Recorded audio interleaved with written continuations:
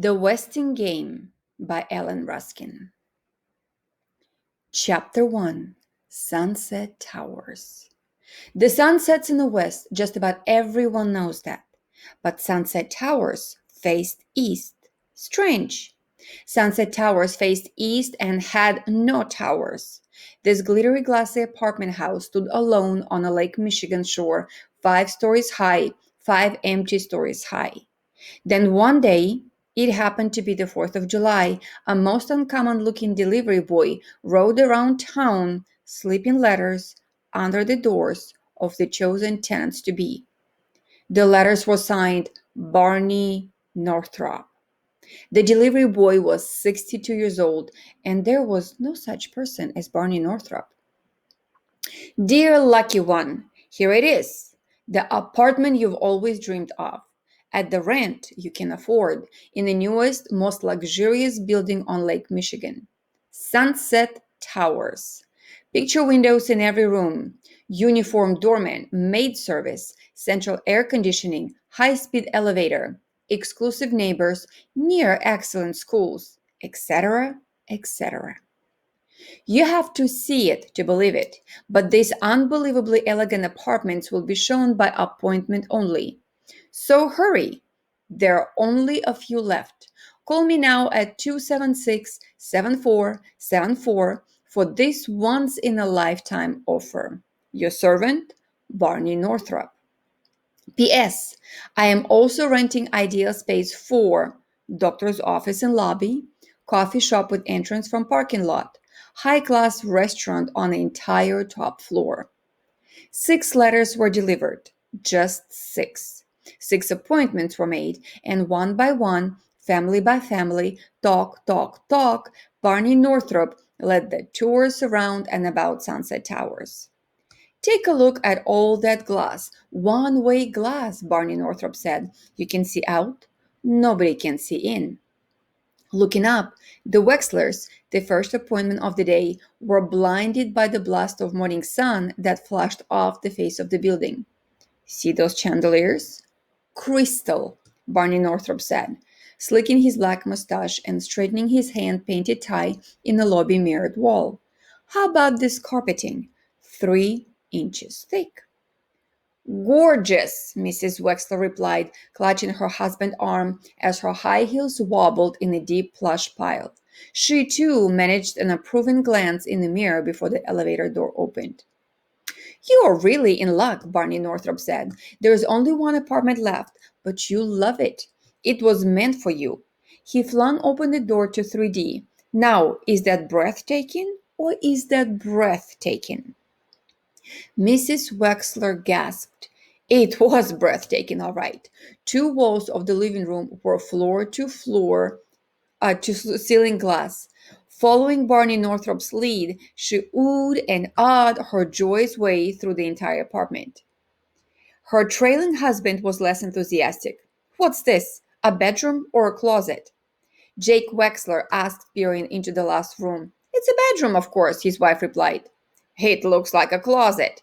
Oh, Jake, this apartment is perfect for us, just perfect. Grace Wexler argued in a whining coo. The third bedroom was a trifle small, but it would do just fine for Turtle.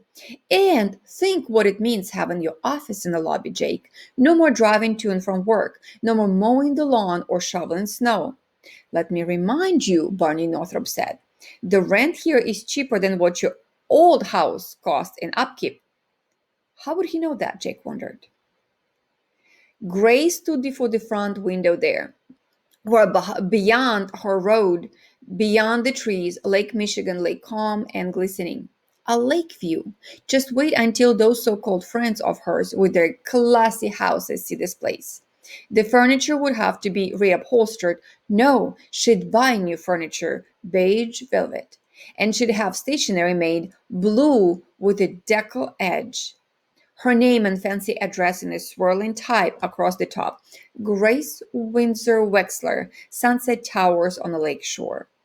Not every tenant to be was quite as overjoyed as Grace Windsor Wexler. Arriving in the late afternoon, Sidel Pulaski looked up and saw only the dim, warped reflections of the treetops and drifting clouds in the glass face of Sunset Towers.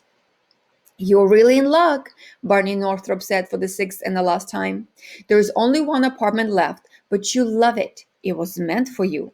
He flung open the door to a one-bedroom apartment in the rear. "Now, is that breathtaking or is it breathtaking?" "Not especially," Sidel Pulaski replied as she blinked into the rays of the summer sun setting behind the parking lot. She had waited all these years for a place of her own, and here it was, in an elegant building where rich people lived. But she wanted a lake view. "The front apartments are taken," Barney Northrop said. "Besides, the rent's too steep for a secretary's salary. Believe me, you get the same luxuries here at a third of the price." At least the view from the side window was pleasant. "Are you sure nobody can see in?" Sidel Pulaski asked. "Absolutely," Barney Northrop said, following her suspicious stare to the mansion on the north cliff. "That's just the old Westinghouse up there. It hasn't been lived in for 15 years. Well, I'll have to think it over." "I have 20 people begging for this apartment," Barney Northrop said, lying through his buck teeth. "Take it or leave it." "I'll take it." Whoever, whatever else he was, Barney Northrop was a good salesman. In one day, he had rented all of Sunset Towers to the people whose names were already printed on the mailboxes in the alcove of the lobby. Office, Dr. Wexler. Lobby, Theodorakis Coffee Shop. 2C, F. Bumbuk. 2D, Theodorakis. 3C, S. Pulaski. 3D, Wexler. 4C, Who. 4D, J. Ford. And 5, Sheen Who's Restaurant.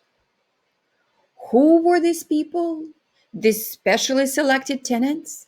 They were mothers and fathers and children, a dressmaker, a secretary, an inventor, a doctor, a judge, and oh, yes, one was a bookie, one was a burglar, one was a bummer, and one was a mistake. Barney Northrop had rented one of the apartments to the wrong person.